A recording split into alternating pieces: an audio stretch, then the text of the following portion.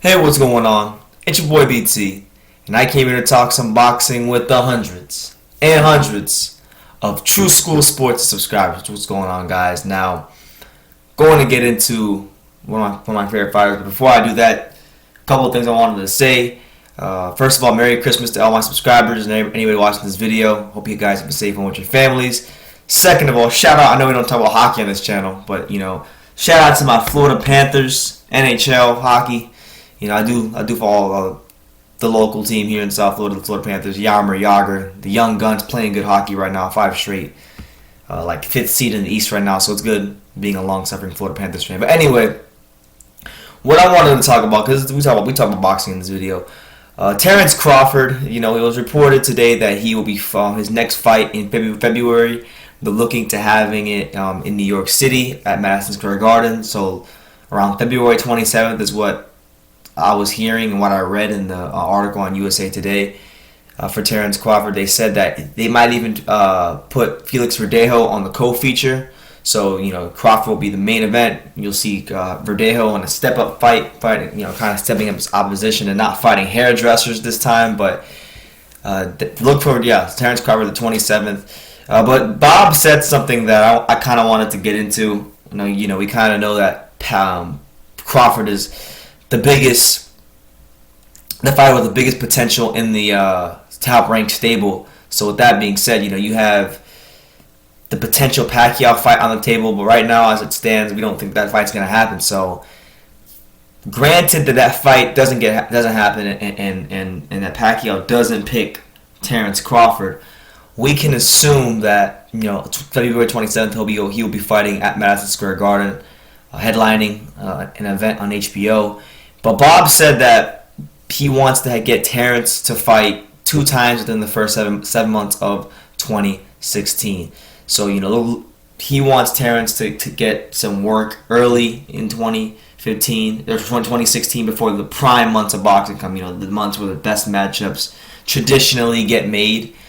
So, with that being said, he's probably gonna fight some solid contender type guys, just to keep him busy and get some rounds in. And granted that nothing funny happens or he lose, after that, they want Terence Crawford to fight on pay-per-view. So we'll see how it goes, man. Terence still has to get his name out there. Like I've done videos about it before.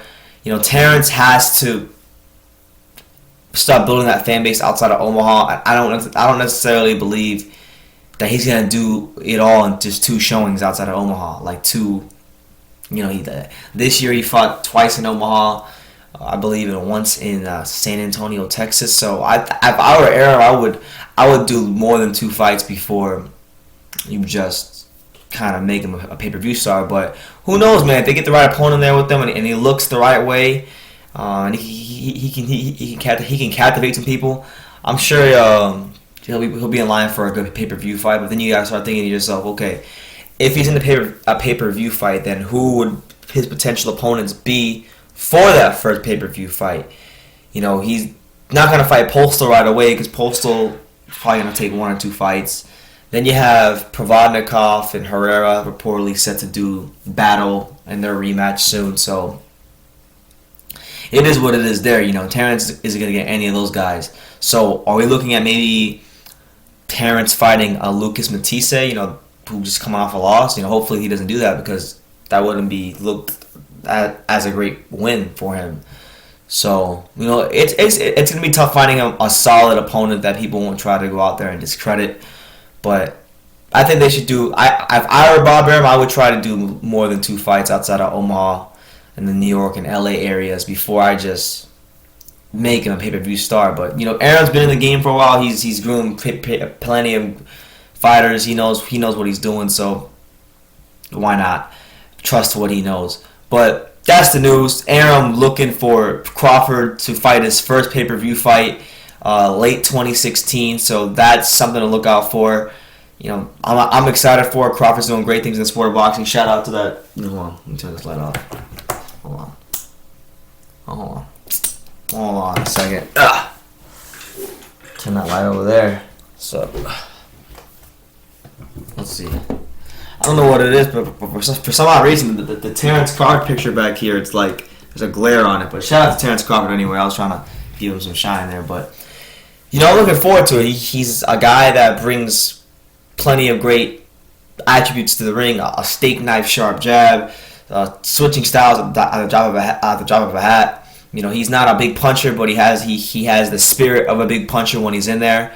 And everything he does in there is very educated, very detailed, and he's just one hell of a fighter. And I hope that he can get a big fight next year so that we can start talking about Terence Crawford with 100% conviction. I like Terence Crawford. He's beaten some good opponents, but he hasn't had that big fight yet. We're still waiting for that big fight for him, like we are with many fighters in the sport right now, with us being in like the new generation of boxing. So let me know what you guys think. Terence Crawford, February 27th. That's what they're looking at if Pacquiao doesn't pick him. And then late 2016, we're looking at Crawford for having his first pay-per-view fight. So let me know what you guys think. Do you believe that 2 fights is enough for Terence Crawford to become a pay-per-view star, a guy who can do good numbers on pay-per-view? And do you think that pay-per-view would do better numbers than Golovkin versus Lemieux, which did around 150,000 pay-per-view buys? Let me know in the comments down below. Take the time to subscribe. And until next time, take care, guys. Salute.